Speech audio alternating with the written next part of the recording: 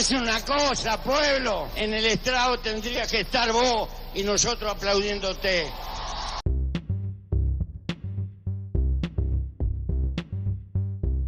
Bienvenidos a Seguro de Paro, el podcast de análisis político de la República Oriental del Uruguay. ¿Cómo andás, Agustín Zavala? ¿Cómo andás, Pintado? Todo tranquilo. Hoy un día muy especial, tenemos un invitado. Por primera vez en Seguro de Paro tenemos un invitado con nosotros que nos va a complementar y nos va a compartir todo su conocimiento y toda su experiencia. Por supuesto. Hablamos de Pablo Méndez, periodista de Revista Martes. ¿Cómo andás, Pablo? Bueno, buenos días, buenas tardes y buenas noches para todos. El tema de hoy es, nos apartamos un poco del gobierno estrictamente de la calle Pou. Hoy vamos a hablar del Frente Amplio, y este Frente Amplio que después de 15 años vuelve a ser oposición con todo lo que eso implica, ¿no? Que está atravesando un momento gobernó durante 15 años y ahora se encuentra fuera del gobierno con un cambio de liderazgos importante, donde por lo menos se ve capaz que no llamarlo crisis, pero sí una reestructuración de su liderazgo, de su composición política e ideológica, y que bueno, que está en esa, también con un proceso de autocrítica, con la vista también para los próximos años a las elecciones nacionales y las elecciones internas. Perdón la palabra, es un quilombo, Frente Amplio. Me gustaría, para arrancar un poco, retomar y compararlo con el panorama del año 1999, o mejor dicho, el año 2000. El Frente Amplio había perdido esa elección que termina ganando Jorge Valle. Y lo comparamos porque, bueno, son dos elecciones perdidas por el Frente Amplio, pero que a su vez con panoramas muy diferentes, ¿no? En el año 2000 arrancaba el gobierno de Jorge Valle, pero el Frente Amplio... El Frente Amplio venía de una acumulación política donde la figura de Tabaré Vázquez y también había otras figuras jóvenes, porque también estaban...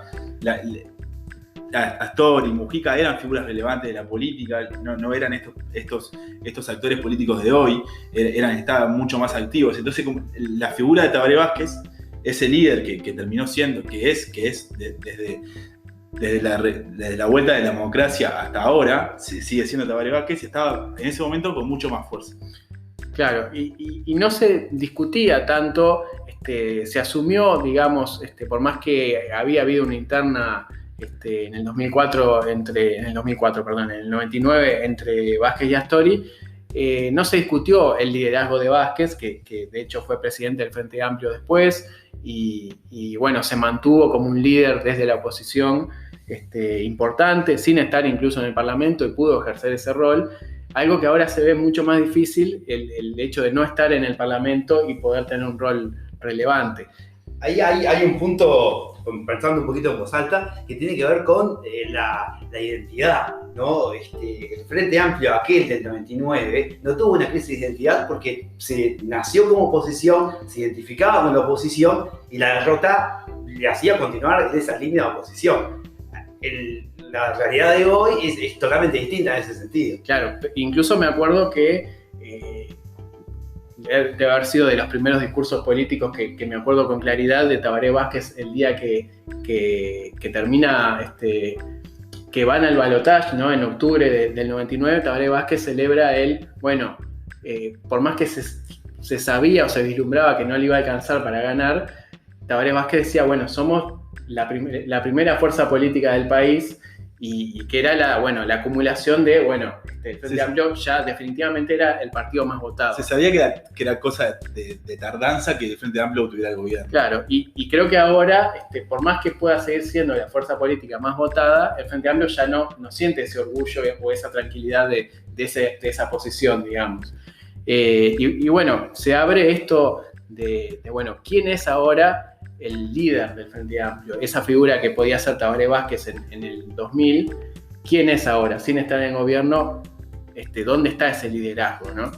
Sí, yo creo que el Frente Amplio está buscando por muchos lados, también está viviendo un proceso de reestructuración donde los sectores se están reagrupando a raíz de las derrotas.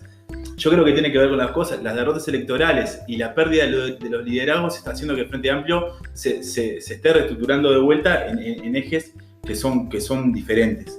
Y en esa búsqueda aparecen nombres como se está perfilando Yamandu Orsi, se perfila Carolina Cose, pero como que aún falta un líder que asuma la responsabilidad de liderar, valga la redundancia, al Frente Amplio.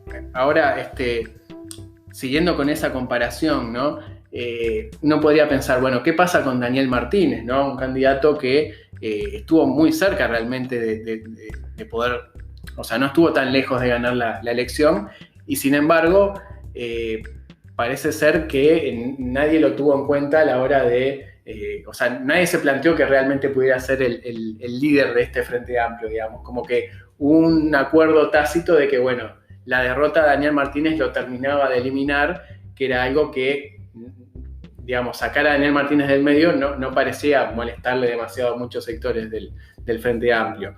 Creo que lo termina de corroborar Martínez presentándose a las elecciones departamentales y con ese resultado malo que, bueno, le termina dando la razón a sus adversarios internos, digamos, de que, bueno, ya no tiene más capital político. Es una trayectoria muy extraña porque, si ustedes recuerdan, el momento, a mi forma de verlo, como clave del liderazgo de Martínez, fue aquel acuerdo que hizo el MPP con el Frente Líder Seregni para que Daniel Martínez no fuera candidato a la intendencia y fuera Ana Olivera. Claro, en 2010 ¿no? Eso, ¿no?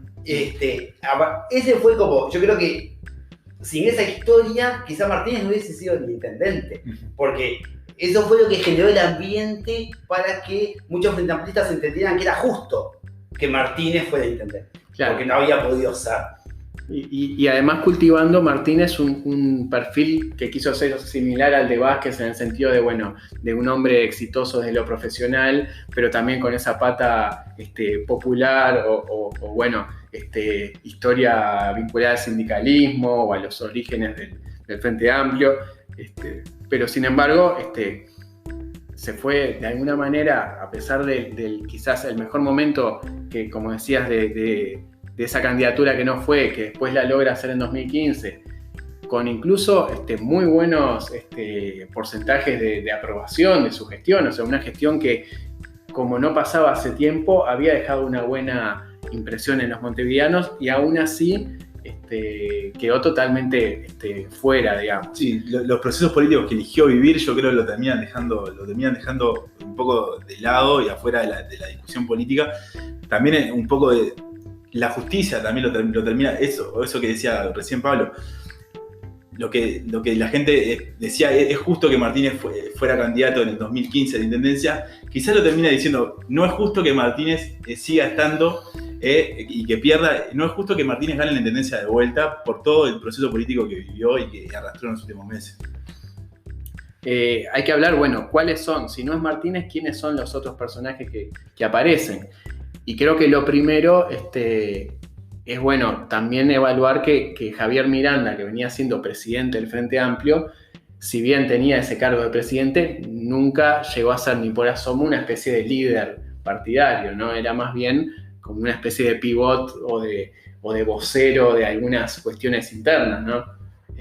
No llegó nunca a erigirse como un referente al que los votantes frente amplistas o incluso los líderes sectoriales tomaran como una voz que los comprometiera de alguna manera, ¿no? Claro, cumplió más como un rol de juez, ¿no? De ese juez que, bueno, te deja jugar, el encargado de leer un comunicado, pero no ese rol de liderazgo no sé, de frente amplistas que vayan a consultarle a Miranda.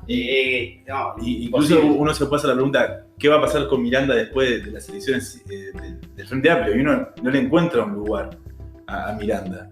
No, creo que o sea, no le encuentra, sobre todo porque el Frente Amplio no tiene a esta altura, digamos, ya pasadas las departamentales, no parece haber muchos lugares, por lo menos en cuanto a cargos elegibles, donde puedan colocarse algunas figuras que van saliendo de lugares que tenían. El Frente Amplio se encuentra entonces en la disyuntiva de, bueno, ¿quién va a ser el próximo presidente del Frente Amplio? Y además creo que también viene con esa decisión cuál es el rol de la presidencia del Frente Amplio. Si el presidente del Frente Amplio va a ser un líder de la oposición o va a ser una especie de figura protocolar o meramente organizativa, digamos, de la fuerza política. Y creo que quizás ahí también lo que empieza a pesar es que la tensión entre determinados sectores del Frente Amplio es tal que creo que no hay demasiada aceptación a la hora de sujetarse a una presidencia del Frente Amplio que los trate de encolumnar detrás suyo, digamos. Cada sector quiere mantener su posibilidad de portarse o posicionarse como quiera según el tema que se trate, digamos. Claro, sí, ahí hay un argumento también muy fuerte de parte de los que siempre defendieron la multiplicidad de candidaturas, que es, bueno, que decida a la gente, que decida el Frente Amplista, ¿no? Porque si bien es cierto, bueno, que hay siempre de por medio toda esa lucha de poder, ¿no? También es real que si se van a las urnas con varios candidatos, los Frente Amplistas pueden elegir entre esos candidatos. Bueno, es interesante cómo el Frente Amplio, que bueno, también es para valorar si es un crecimiento o un decrecimiento, digamos, da la sensación de que el Frente Amplio ya no puede construir candidaturas únicas para casi nada, digamos. Lo que antes podía hacer con mayor facilidad, había como una lógica más... sí, lo que era como una bandera, como una identidad del Frente Amplio, como Biden busca siempre un candidato de consenso, claro. La unidad en la diferencia, como siempre dice. Pero incluso lo que parecía, bueno, las candidaturas múltiples como estrategia electoral, que bueno, pueden hacer en una elección departamental, por ejemplo, conseguir mayor votación, empieza a pasar que uno empieza a ver que más que una estrategia electoral es como una necesidad. El Frente Amplio ya no puede, hay sectores que ya no pueden, son incapaces de acordar una candidatura única porque no hay ni consonancia entre esos sectores, ni figuras que logren posicionarse equidistantes, digamos, y que a la vez sean interesantes para la gente, digamos. Incluso dentro de los sectores hay una falta de liderazgo, porque uno piensa en el NPP, por ejemplo. Uno imagina que en estos próximos años muchas de las figuras que hoy están siendo líderes de los sectores, hablo de Mujica o hablo de Elena Story del Frente de Líder Sereni, no van a estar. Entonces esos sectores también están buscando su liderazgo. Entonces también hay una tensión entre los sectores que buscan internamente un liderazgo y que les dificulta mucho más buscar un liderazgo en el Frente Amplio. Ahí hay tal vez algo más, de repente es algo más filosófico, pero quizá esté incidiendo también, que tiene que ver con la diversidad de ideas y la forma en la que las ideas se posicionan en el debate político, ¿no? Porque uno siempre que habla de un líder, habla de alguien que dijo o hizo algo que hizo calentar y enojar a muchísima gente porque decidió hacer algo que iba contra la corriente. Y eso hoy escasea, tal vez por la forma en que se están procesando las discusiones, donde primero una idea se posiciona como que representa tal objeto y después, bueno, todos los que quieren que ese objeto dicen que piensan eso. Claro. Pero, por poner un ejemplo, ¿no? Un frente amplista, ¿no? Que, por ejemplo, no está de acuerdo con la legalización del cannabis. ¿Qué espacio tiene para decir, bueno, sí, yo, o sea, las clases sociales no me gustan, para mí habría que abolirlas, pero la regulación del cannabis no es dudoso que haya espacio para esa lucha. O la discusión sobre el género, por ejemplo. Uno podría decir, dentro del Frente Amplio, quizás hay voces donde no consideran primordial las cuestiones más cercanas al género y sí las cuestiones más cercanas a la clase.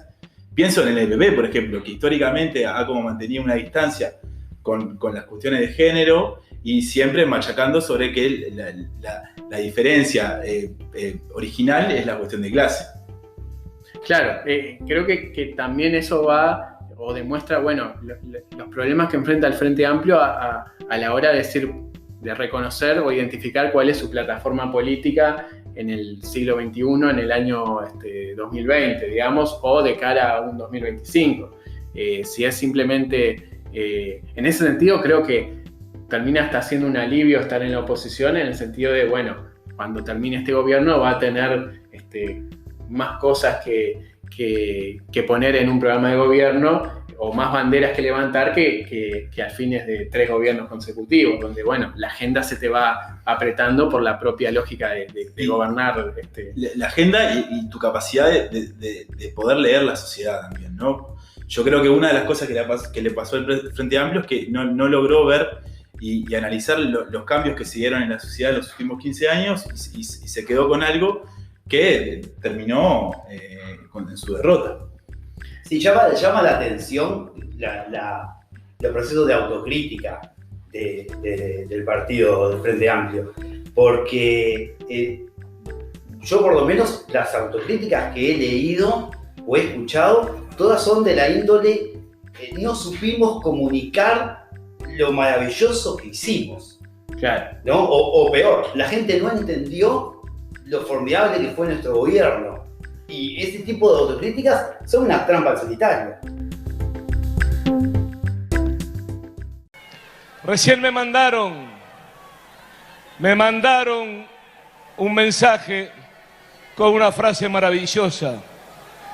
Y a veces las frases sintetizan mucho más que los 1000 discursos, ¿verdad? La frase decía: intentaron enterrarnos. Lo que no sabía es que somos semillas. No sabían que somos semillas.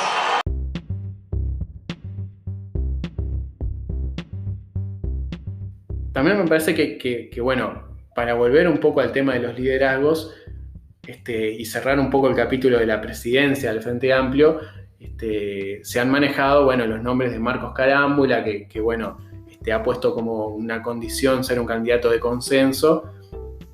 También aparecieron otros como desde Rafael Michelini, Graciela Villar, Víctor Rossi. Bueno, estuvo esa reunión, ¿no?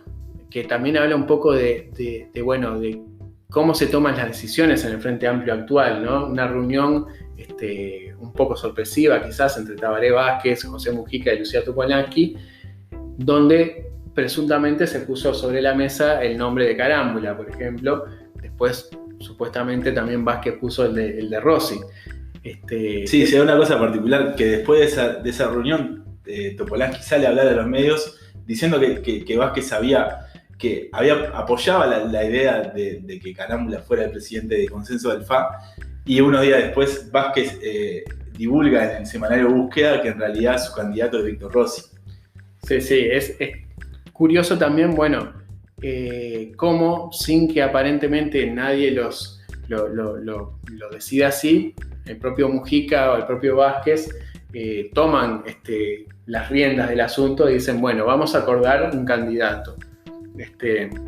Que a la postre parece que tampoco lograron acordarlo. Pero bueno, da la sensación de que todavía no lograron soltar de todo o poder traspasarle a alguien efectivamente el poder de decisión en la interna del Frente Amplio, digamos. Siguen siendo Vázquez, Mujica, bueno, ha faltado Astori en esa conversación, pero sí, uno piensa que está los grandes tomadores de decisiones, digamos. ¿Quién puede tomar una decisión importante en el Frente Amplio sin que estén esos líderes? Mucho más pensando en que, bueno, que evidentemente los nombres que tienen que poner sobre la mesa también van a tener que tener la aceptación de los dirigentes que van a estar más tiempo en el futuro en el Frente Amplio, digamos. Sí, aparte sería importante que el próximo presidente del Frente Amplio sea una persona con la que todos los frentamplistas se sientan medianamente representados. Y parece casi imposible. Es muy difícil, sí. Es una tarea difícil. Después tenemos otro frente que es lo que pasa en el Parlamento, ¿no? ¿Quiénes son los referentes del Frente Amplio en el Senado, en diputados, pero sobre todo en el Senado por la importancia que tiene, y que quizás por la propia agenda política son los que van teniendo más, los que están en el frente de batalla propiamente dicho. Que puede dar una pauta de cómo se puede conformar esos nuevos liderazgos. Y allá aparecen figuras como la de Mario Vergara, por ejemplo. Mario Vergara, que bueno, después de distanciarse de Astori logra formar y ser precandidato en 2019, logra formar un sector propio, y bueno, con una especie de perfil más astorista, pero quizás un poco más despegado. Después aparece también Óscar Andrade, ¿no? Como bueno, sindicalista fuerte, que creo que es de los que se le da mejor el hecho de la exposición mediática, digamos, ¿no? Tiene mucha facilidad y creo que logró acercar al Partido Comunista a todo un público. Logró volver a posicionar al Partido Comunista como un partido importante dentro del Frente Amplio. Con algo que podía ser impensado, como por ejemplo ser panelista de un programa de televisión, ¿no? Algo que para un sindicalista clásico e integrante del Partido Comunista, creo era que algo tan dado, ¿no? Claro.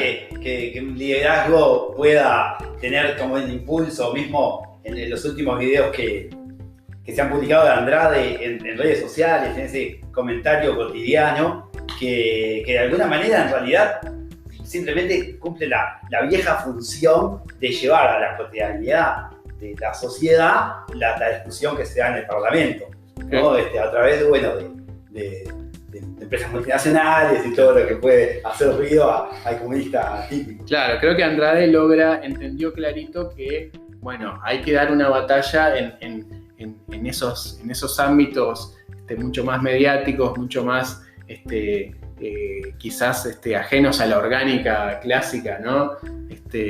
Y llegarle a gente que quizás no se sienta ni cerca identificada con el Partido Comunista, pero puede escuchar a Andrade hablar en un video en Twitter, en Facebook o en YouTube o en la televisión, y que lo cautive. Quizás sea lo más parecido a lo que podía hacer Mujica hace 15, 20 años, digamos. Un tipo que aparecía con una facilidad de palabra, con una llamaba la atención cuando hablaba, y eso, bueno, empezó a construir algo que bueno, después terminó dando sus frutos. No digo que Andrade tenga el mismo camino, pero por lo menos se posicionó como una figura carismática en un ámbito, en un momento en el que, bueno, no abundan demasiado, digamos. Es una fake news porque otra vez más tenemos, no sé por qué, quién sabe qué agentes, quién sabe qué sectores del gobierno interfiriendo, falseando la verdad para intervenir en la campaña electoral. Esto es fake news, no hay ninguna duda, y yo estoy orgullosa del trabajo que se realizó en Antel. ¿A ustedes se imaginan una empresa como Coca-Cola que no invierte en publicidad? ¿Qué son, tontos?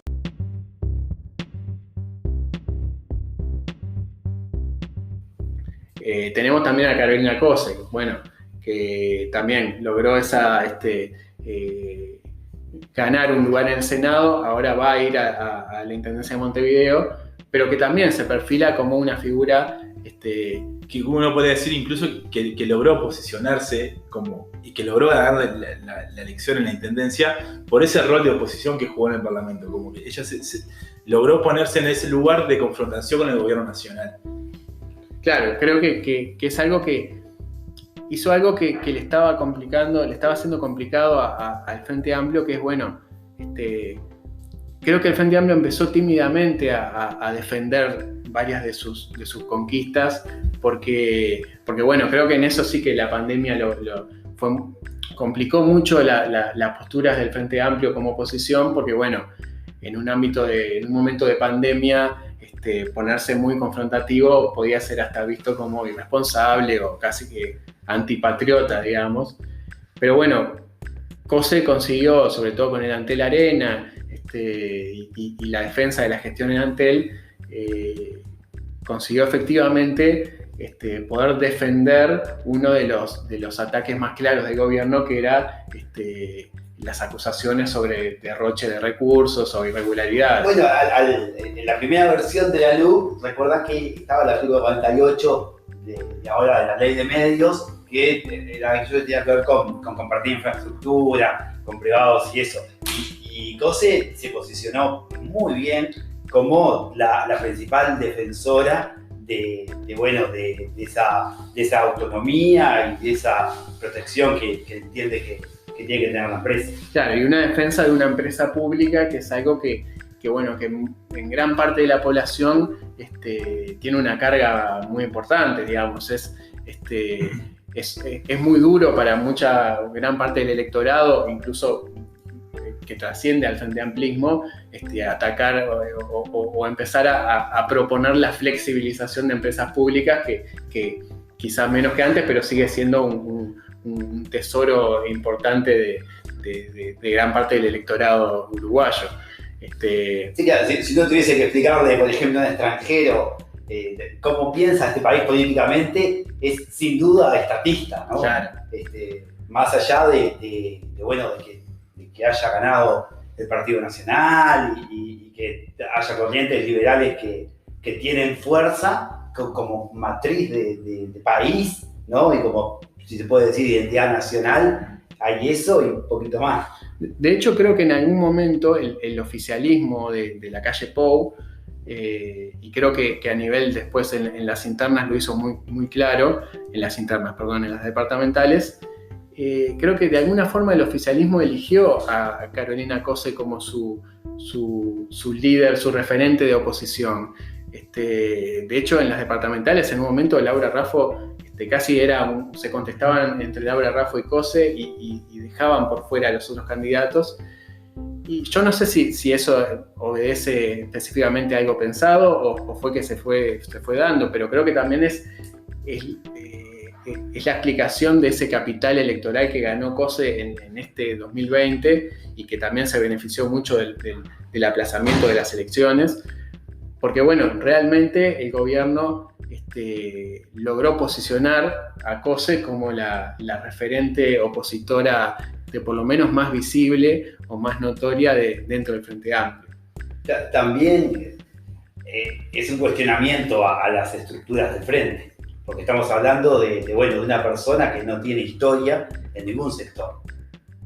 Y probablemente sigamos hablando de Cose durante muchísimos años más. Claro, si uno mira cómo fue el trayecto de Cose en este año electoral, fue como saltando de sector a sector según cómo se fueran dando las cosas. Primero estuvo con la EPP, ahora después forjó la alianza con el Partido Comunista. El Partido Comunista logró una alianza con el Partido Socialista, con todos un sectores minoritarios del Frente Amplio, como el Partido por la Victoria del Pueblo, como una ala más.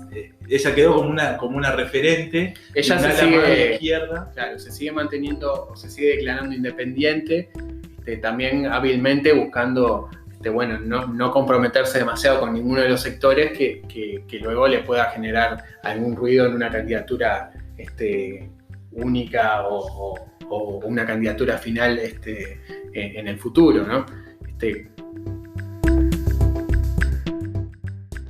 El clima de campaña electoral nunca terminó. Es momento que cambiemos de frecuencia y abandonemos la lógica de la campaña perpetua y nos pongamos a articular, unos gobernando, otros haciendo oposición, y salgamos de esa lógica perversa de permanentemente estar comparando cuántas cosas feas tiene el otro o cuántas cosas nos separan.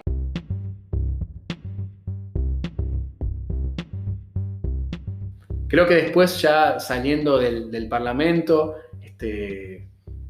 hay que hablar también de la figura de Yamandú Orsi, que es otro de los que aparece como muy, muy fuerte, y algo que incluso decía Carámbula en una nota con La Diaria, en esa en la que habla de que él quiere ser candidato a ser presidente del Frente Amplio si es de consenso, pero ahí dice algo muy interesante cuando habla de los liderazgos de Cose y de Orsi. Porque así como le reconoce ese rol confrontativo a Cose, destaca cómo Orsi logró en Canelones cierto diálogo y ciertos consensos con el Partido Nacional a la hora de votar presupuestos y algunas medidas. Y creo que Orsi había cultivado un poco eso de tratar de mostrarse como más pragmático, como más... no sé si conciliador, porque creo que no llega a tanto, pero sí como alguien que alguien con quien se podía hablar. Sí, claro. Y yo creo que es alguien que no les disgustaría la idea de poder de apuntar a captar algún voto extra frente amplista, digamos. Creo que es una figura que no es tan mal visto como Cose por el oficialismo, digamos. Sí, ahí está, más allá de que sean diferentes sectores, yo entiendo que hay como un legado de Carámbula en ese sentido hacia Orsi, de tener esa impronta de conversar, de ser afable, de ser accesible. Pero igual, volviendo un poco a Cose, hay que recordar que Cose tiene capacidad de negociación, ¿no? Más allá de que haya radicalizado su imagen, por lo menos, por ejemplo, con el tema de la UAM, claro, ella se llevó como la victoria de ese acuerdo que parecía imposible. Sí, creo que incluso apenas después de ganar la elección departamental, ya comenzó a mostrarse mucho más, o a demostrar que tenía ese nivel de negociación, no solo a nivel de los otros partidos, sino incluso en la interna del Frente Amplio, digamos. Creo que Cose decididamente está buscando posicionarse como una figura que englobe a todo el Frente Amplio. Bueno, está la discusión de si lo va a lograr o no, obviamente, ¿no? Creo que es una de las grandes incógnitas que quedan, digamos, pero sí es cierto que ha logrado cambiar un poco su perfil hacia algo más capaz de englobar a todos los sectores.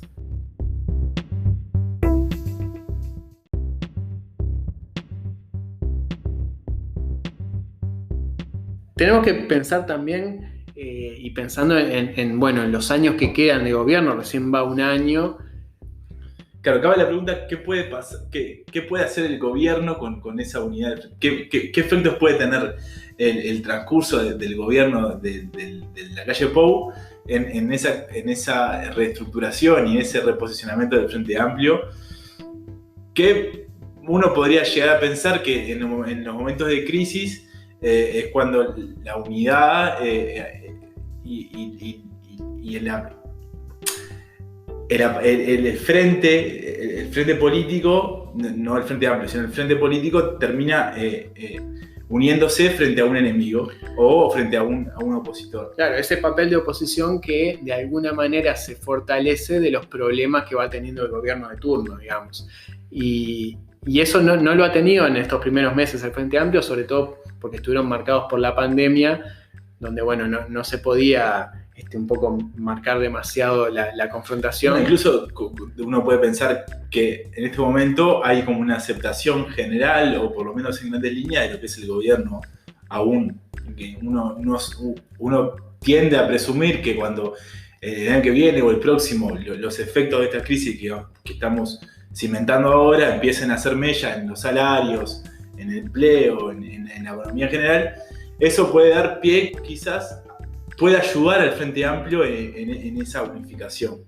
Creo que también como una de las virtudes de esta circunstancia del gobierno del Partido Nacional y de que el Frente Amplio todavía sigue como asumiéndose como oposición, es la de que, se están haciendo cosas distintas en algunos aspectos. Y de esas cosas distintas que se están haciendo es que el Frente Amplio va a nutrir su identidad opositora, ¿no? Creo que, por ejemplo, las políticas en seguridad, las políticas sociales, la impronta de las políticas sociales, casi diría como la esencia de las políticas sociales que se están haciendo ahora, son diferentes a las del gobierno del Frente Amplio. Y quizá ahí es que el Frente Amplio como que vuelve a encontrarse a sí mismo. Claro, y de todas maneras creo que puede dar lugar a una disyuntiva o a un conflicto también interno en el Frente Amplio, en el sentido de, cómo se resuelven esas diferencias, ¿no? Pensando en, por ejemplo, algo que pasa con la seguridad, y es que creo que existe la tentación por parte de algunos actores políticos frente amplistas de salir a a señalar ante cada asesinato, cada hurto, bueno, reclamarle la responsabilidad a Larrañaga, casi que exactamente lo mismo que hacían blancos y colorados durante los gobiernos del Frente Amplio. Y creo que, bueno, el Frente Amplio también tiene que saber cómo se va a parar, si se va a parar exactamente igual que blancos y colorados durante su gobierno, o si efectivamente, bueno, en algunos temas puede evitar la tentación de la reacción rápida y que no tenga la identidad de izquierda que debería tener, digamos. Marcó una línea con la discusión de la LUC, ¿no? Que, bueno, aprobando un porcentaje bastante amplio de artículos, aunque, bueno, habría que ver ahí si lo cuantitativo es representativo de lo que hizo el Frente Amplio, ¿no? Tal vez no es que se pueda medir en cantidad de artículos aprobados, sí, pero sí es una decisión que el Frente Amplio tiene que tomar. Uno puede decir que con respecto a la LUC, el Frente Amplio tomó como un rol de oposición constructiva y que ahora tal vez esa posición que tomó lo deja en una posición media que enoja con los movimientos sociales, porque están tratando de impulsar un referéndum que anule la LUC, y hay una discusión de si ir por el lado del Frente Amplio, que el Frente Amplio está diciendo yo no puedo ir contra todos los artículos de la LUC porque apoyé y mejoré de algún sentido la ley, y el movimiento social quiere ir en contra de todo, de toda la ley. Claro, también tendrá que encontrarse el Frente Amplio o reencontrarse con las organizaciones sociales, con los sindicatos, que bueno, propiamente por el gobierno se habían desencontrado, habían tenido algún chispazo mayor en los últimos años. Creo que también otra de las interrogantes es si el Frente Amplio en algún momento va a intentar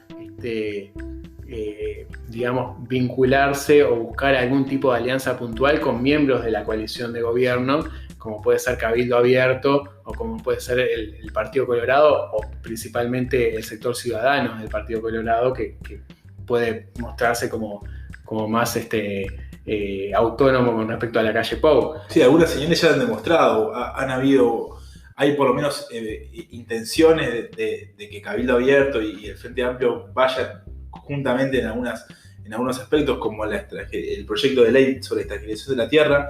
Uno podría llegar a pensar que podría llegar a ver ahí, el Frente Amplio podría tener una beta de complicarle por ese lado la gobernanza al gobierno, aliándose con Cabildo Abierto en algunos temas. Claro, obviamente eso va a ir cambiando, se va a ir decantando a medida que se acerquen las próximas elecciones, porque Cabildo Abierto también puede ser un rival en los próximos comicios, y bueno, tendrá que definir al Frente Amplio qué tanto le conviene acercarse a Cabildo Abierto con todo lo que existe, todo lo que hay alrededor de Cabildo Abierto, ¿no? Sí, igual es interesante lo que está sucediendo en este momento en ese sentido, porque de lograrse, así sea un proyecto de ley votado por mayoría parlamentaria entre Cabildo Abierto y el Frente Amplio, de alguna manera viene a ir a contrapelo de algo que ha marcado estos últimos años, de dime quién lo dice y te diré si estoy a favor o en contra. Claro. Sí, creo que hay, yo creo que hay por lo menos, más allá del proyecto que sea, está creo que la intención, sobre todo de Cabildo Abierto, de que eso suceda en algún momento, y creo que más que nada por el efecto que puede tener en la calle Pou, en decir, bueno, marcar efectivamente la independencia, y bueno, hay que ver si eso no sucede recién cuando falte menos para las elecciones, y sea quizás la ruptura definitiva entre Cabildo Abierto y el gobierno, pero eso ya sea quizás otro episodio, digamos. Sin duda el Frente Amplio tiene por delante un proceso complicado que le puede llegar.